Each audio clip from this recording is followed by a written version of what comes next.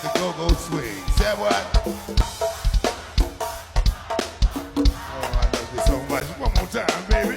It don't mean a thing. Got that go-go swing. What I say? You go. Oh, shucks now. By a special request, y'all. You got that go-go swing. Go do-wop. Do-wop, do-wop. Special request, y'all. You got that go-go swing. You go do-wop, do-wop. Just do your thing.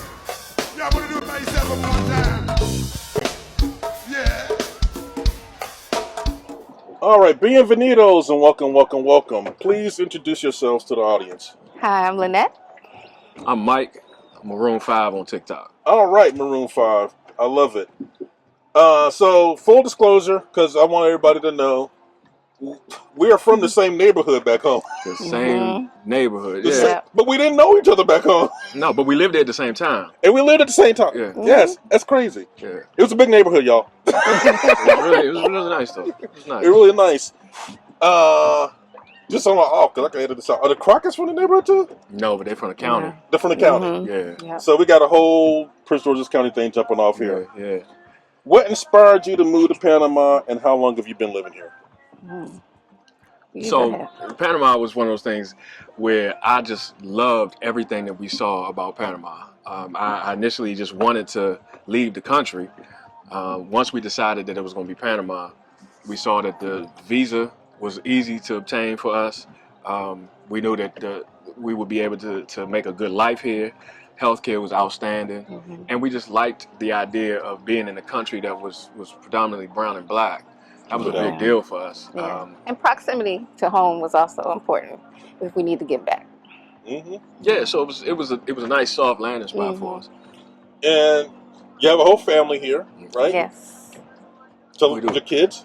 Right. So we have two kids. So we have a 12-year-old daughter and a 15-year-old son. Yeah. So high school and middle school. Right. High school, middle school, yeah. Yeah, it was a transition for them as well because, they didn't want to come. Kids don't. Kids, if we would say we moved down the street, they'd be upset. Right. So, Even their friends. yeah, Right. so we left a great group, like a network there, friend group, for us and for them. And so, that was a tough sell. Right. And how's the adjustment been so far? So they're warming up now, especially since school started. They're making friends, getting involved in activities and stuff. So now they're settling in and starting to see some of the stuff that we saw, when we were planning on coming. Excellent. They're making Panamanian friends. They- And, international friends. They're Yeah, international, yeah. right? International school. So it's a lot of kids there from all over. And that's a good thing because I'm from Prince George's County and I lived there for the vast majority of my life. I didn't really start seeing other people until I went to undergrad. And so that's when the world started to open up for me. Now I had been on trips and travel and things like that outside of the country, but in terms of seeing people that you're living with and being around all of the time, undergrad changed my worldview. And so for them, it's really cool to see them expand their worldview at the age that they are. Yeah. Yeah. Look, That's they're going to huge. have a whole different mindset when all is said and finished. How has been the experience of getting them into school here? Has it been easy, difficult, or? So registering at the actual school was pretty easy, pretty standard, what you would expect, as far as what forms you had to fill out and submitting their health information and all of that. But the part that was surprising to me getting them registered was the process to get them registered with the Ministry of Education, because that's a whole separate thing. So doing all that with my limited Spanish was an adventure, but I did it. So it was a 2-part process, but I made it through, so it was good. So we just covered this. We had a 2-day relocation summit, and one of the experts is a principal from an international school here in Coronado. Mr. Greg. Greg. Yeah, you know Greg. I love that guy. I love him. He's great. I love him. Yeah. Great. Small world. resource. Y'all already know Greg. Yeah. So Greg was describing that process. So you had to get school records apostilled. And Yes. Yeah, so Yeah. that was a lot. So she actually got the records, which took a little bit of effort to get them. Right. So Go ahead. yeah, so the transcripts from Well, I wasn't sure. I got mixed messages. So I got the transcripts from like first grade all the way up to the present. I found out I don't think you have to do all of that, but I just wanted to make sure I had everything before we left, in order. So got all their transcripts. Then they have to have the last year apostille Okay. and notarized, and then take that to the Maduka office. They review everything, and they're the ones that actually make the recommendation as to which grade they'll go to. So they were accepted in their school at their next grade, Okay. but it wasn't official, until Maduka said it.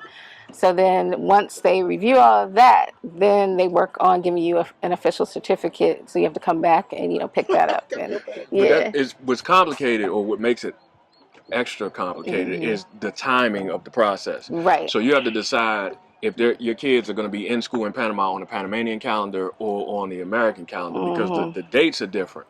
We wanted our kids to be on the American calendar for graduation purposes and also matriculation purposes, like through the different grades, which meant that they had to finish their current school year in order for us to get the transcripts before we left. And then we had to be in Panama in time for them to start the next school year.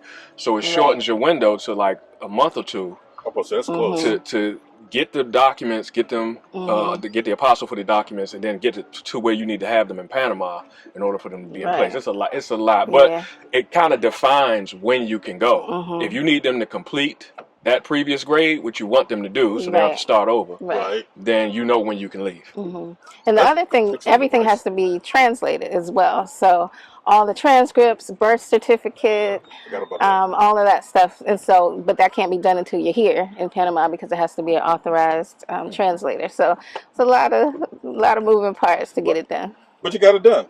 In there in school and thriving. Yep. And we learned a lot too, because as we were prepping for our move, that was a gap in knowledge that we saw. Like a lot of people moved, they didn't have kids at all. Their kids were grown, they were gone. They weren't moving with their kids. It was a lot. It was not a lot of people that had the experience that they could share. So it was a lot of learning that we had to do. And I'm thankful that you did most of the work. It got done. Yeah. Hola, I'm Big Will, founder of Go Explore Panama. For years, I've helped individuals and families like you navigate the exciting journey of relocating to this incredible country. Our passion is making your dream a reality, and now we're taking that commitment to the next level. Relocating is a big step, and trying to do it alone can be daunting. That's why a comprehensive relocation tour isn't just an option, it's absolutely crucial. You need to experience the lifestyle, meet the experts, and get real, actionable answers, all without the stress of having to plan every detail. And that's exactly what our Panama Relocation Masterclass Tour delivers. Over 8 luxurious days and 7 nights, you'll immerse yourself in the best of Panama. Just imagine a seamless arrival at your 5-star home, the Sortis Hotel and Casino, part of Marriott's exclusive autograph collection. Then, dive deep into Panama City, exploring historic Casco Viejo and witnessing the Panama Canal's marvel. We'll also connect you directly with top immigration attorneys, real estate experts, healthcare providers, and even a Veterans Administration representative, all in private, dedicated sessions at our hotel. You'll explore vibrant neighborhoods, learn local living tips, and discover stunning Pacific beaches in Coronado, as well as exploring the rich history of the Caribbean and the Colón province. All of this while being transported in the unparalleled comfort of our Mercedes-Benz Sprinter vans. And we capped the week off with the spectacular farewell catamaran cruise celebrating your future in style. This isn't just a tour, it's your definitive guide to a stress-free transition. But here's the crucial part. We only have 20 exclusive spots available for this masterclass tour. These will go quickly, so if you're serious about making your move, this is your opportunity. Don't let this chance pass you by. Please click the link below or visit our website to secure your spot now. Your dream life in Panama is waiting, and we're ready to help you go explore it. So let's talk about expectations versus reality. How did your expectations of living in Panama compare to the reality that you've experienced so far? I think, ooh, that's a tough one, but I was really looking forward to moving, as I learned more about it. I think initially I wasn't, all the way on board, but once I learned more, I got excited. And so my expectations, I think I had high hopes, and actually I think they're exceeding, my hopes, really. Just the amount of beauty, that we see here just on a daily basis is amazing to me. Every couple of days I'm thinking, oh, wow, this is where we live, So it definitely exceeded, what I thought. The Panamanian people are beautiful, so friendly, so helpful. Not that I expect anybody to be hostile, but just coming from the States, everybody kind of sticks to themselves, but they're so much more open here. So I really appreciate that about Panama. I guess I'll do two. There's a lot, but the two. The first is the cost, because as you're preparing to leave, one of the things that's difficult to capture is how much it costs to leave. Yeah. Like, that's expensive getting out, and then once you get settled, it's expensive getting settled. So you figure you're clearing things on the home side. So if you got, if you have bills that you're clearing on that side, you got to do that. If you got rentals that you have to do to get out of your house or whatever, you got to do that.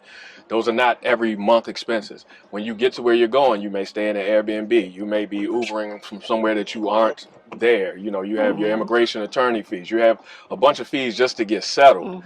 And so you don't necessarily get to feel whatever the cost difference is until you are settled. Like, we're putting kids in school, so we're paying tuition, we're paying capital donations, we're paying. It's a lot of things that you have to pay up front, and so it can cause a little bit of anxiety, because you're like, wait a minute, this is a lot of money that's going out of the account.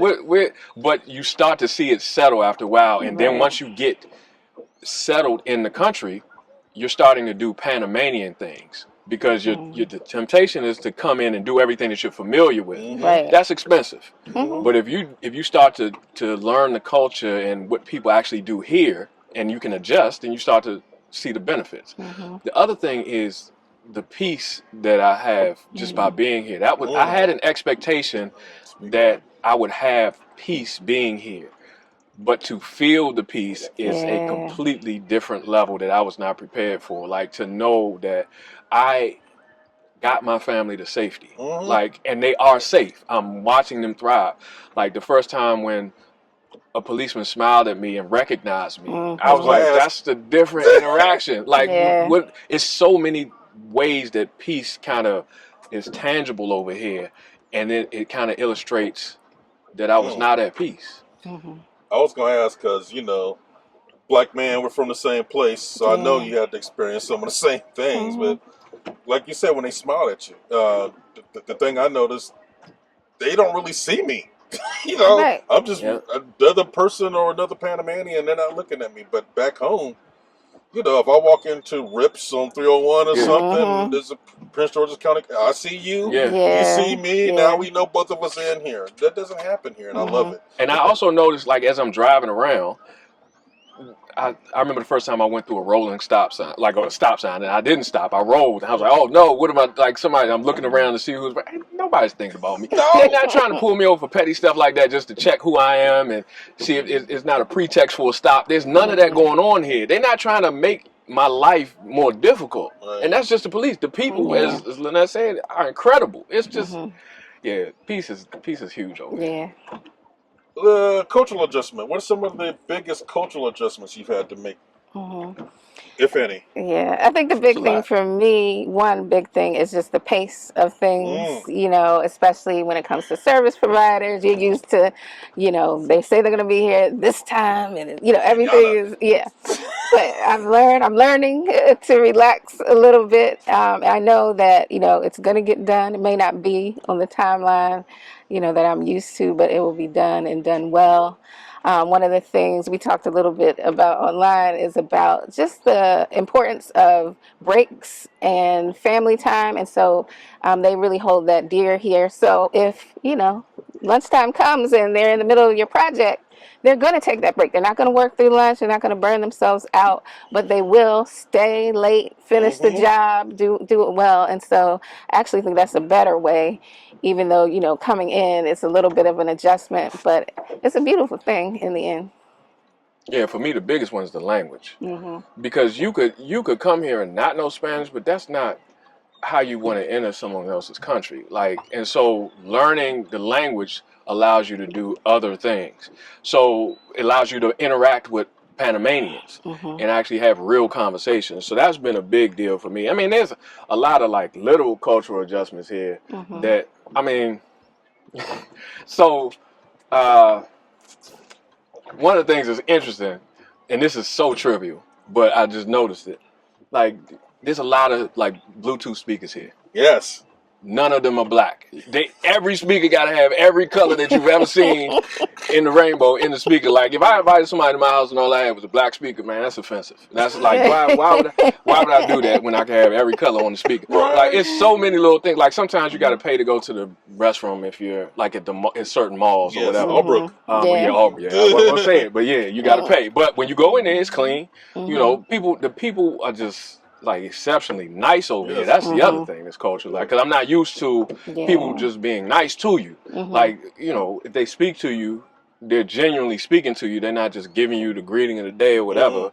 And so it's just, it's a lot. I got a whole list actually. I'm gonna talk about this. And look, I got news for you. You got to pay here at Tobago Island too. Oh yeah. I think I could see. Yeah. Oh, I'm gonna tell you another one that I wasn't prepared for, and this is because we got a family. They'll play music over here, if you're in the Uber or whatever. It ain't gonna be the edited version. No. If you got your family, it's gonna be the real version. So I remember they was playing Ludacris Move. Yeah, it was the real version. It was the real version. What's the DMX song with Cisco? Which I really want. Oh yeah, it's gonna be the real version. So your kids are there. They just gonna have to learn some new words, and that's just what it is. So, my finding that out was with Incarnado with Andre Broussard's children. We're in a dance recital, and we went to a dance recital. I don't do that right, but I went to the dance recital, and it was fun because they were doing salsa and everything, and the teachers were there, but they were playing Bruno Mars, and I didn't know Bruno Mars cursed in music. I had never heard. But they were playing the explicit lyrics version, and nobody was noticing as these 8 and 10-year-olds. Yeah, right. They may not even know that they're curse words. Right. I don't know. Also, I'm sorry, this is the last thing. I'm not going to take up the whole time about this. If y'all want to hear more about this, come see me on TikTok. I got a whole list. But the holidays aren't overly commercialized here. Except for Christmas. Christmas is the one. They be playing Christmas music in July in the store. But the holidays in between and around, I don't see store displays around these specific holidays. We're about to get into November, which is a hugely patriotic month in Panama. Yes. I don't see a lot of commercialism around that. I'm seeing the Christmas stuff. So they've skipped over that in terms of selling you things. And so I love that. So it's Christmas, and that's really it. It's going to be spectacular. I can't wait. It's going to be spectacular. Wait. So, social life in Panama. How's your social life changed compared to being back in DC, the DMV? So Mike mentioned, we have a really tight friend group, adults and kids all around the same ages. So we're definitely missing that. It's slowed down a bit, but we're finding, our people, as we go along. Both of us are introverts. He claims to be an introvert. I'm really an introvert. So we're kind of good, staying to ourselves. But, people are finding us. We're slowly, making those connections. So inviting you out on boats and everything. Right. What's happening? So it's coming together, but it's definitely more of an effort, because you're talking about 30 years of, friendships that we left. And now, it's starting from scratch. We didn't know anybody here. It's hard. Have your friends started coming to visit you yet? Friends and family? Absolutely. we've had multiple visits already. There's 3 people coming in this week, this upcoming week. So people are starting to come and they starting to see kind of that I wasn't crazy to do this. Like they see kind of, okay, I get it now. And I love that they get to experience something else. And of course they travel too, but it's not like to move from where we moved from. That was a bubble in the United States. It was safe for us there. We had good lives, good careers. We had good community. And so the question was, why are you leaving all of this to go someplace where you don't know anyone? You don't know the language, you don't know. And so when they get here and they see it, it makes a lot more sense. And so I love that people can see that. So why did you leave everyone that you knew and? That's me. Oh, okay. Well, the first priority was safety. I worked for the federal government for most of my career, well, actually my entire career, so that was over 25 years. And I saw that there were some changes coming that we were not going to be able to keep the family safe. And what I mean by that is, I know what the federal government does. I know how the federal government protects citizens, not just U.S. citizens, but citizens around the world. And so when things change and disrupt that in a way that your food inspections are not consistent and safe, your water quality, your air quality is different. Financially, things become more expensive. From a national security perspective, you have changes that occur there that make things less safe. There's being at the different agencies that I worked at, I was like, it's too many, we call them vectors of attack that we cannot prevent. And so that was the first reason. But I also, like I said, had lived in the space my whole life, the same area. And so I said, well, what if we're able to give our kids an opportunity that we didn't have? And that's really the incremental progress for Black people that we've had. I mean, you go from enslavement to sharecropping to eventually you start to get into the military, you start to see the world a little bit more. Sometimes you get access to benefits, VA, GI Bill, and you start to get home ownership and have these benefits. And so each generation has progressed a little bit more. So now at this generation, we're like, all right, so what does progress look like? We can show them the world is bigger than this. And also, our son is about to be 16. He's going to be moving around without us. Is it going to be safe for him to do this? Where is it safe for him to do this? And so we say, all right, well, we have an opportunity. It's going to cost us. It's going to cost us our community. It's going to cost us the life that we envision for ourselves. But we can do this. That's a whole word, bro. That's a whole word you just dropped on folks. Look, this is wonderful. I've had you guys for about 20 minutes now. Tell us about your TikToks. What are you doing here? How can people find you? You can find me at MissNet2025 on TikTok. So come see me, learn about Panama through my eyes as I'm experiencing new things. Yeah, we have different philosophies on our TikTok. I'm Maroon 5. It's spelled PHIVE because I'm a 5. Okay. So anyway, Maroon 5 is the name. You can find out more about that later. But on TikTok, right on TikTok. But she Lynette does a lot of like what it feels like to live here. So you'll learn like different things to help living become easier. I do a lot of the management of what it feels like to leave there, and when you're settling someplace else, what type of things you have to contend with, your anxiety. This is so good. This is so beautiful here. But that's kind of what we do. And before we go, I just wanted to let your people know, like, you were one of the people that helped us move here. Like, this was big. As we're researching something like this, we don't know this country. But you were here. You and Sonya were here. Y'all were sharing your information about your experience. We met with you. Like, we actually paid you money to meet with you so you could give us information. Like, and that information was invaluable. So Right. not just the videos, but just having a real conversation with you. Someone that was from where well, at least from the area that we're from, you knew what we were leaving, so you were able to give us information. So I appreciate you for the work that you're doing. This is huge. Whether anybody reaches out to you or not for a consultation, and they should, or a tour or whatever, like, this is important work that you're doing, especially in this moment. I appreciate that, brother. I appreciate that. And look, my heart was so happy. I remember talking to you, and then when I ran into Lynette at Dr. Duncan's office, I'm like, wait a minute, you're here. Right. Oh my God. I was so happy to see that. But look, thank both of you for taking the time out. Lunch is going to be coming soon, so we're going to say goodbye and let them get our grub on, all right? All right. Ciao.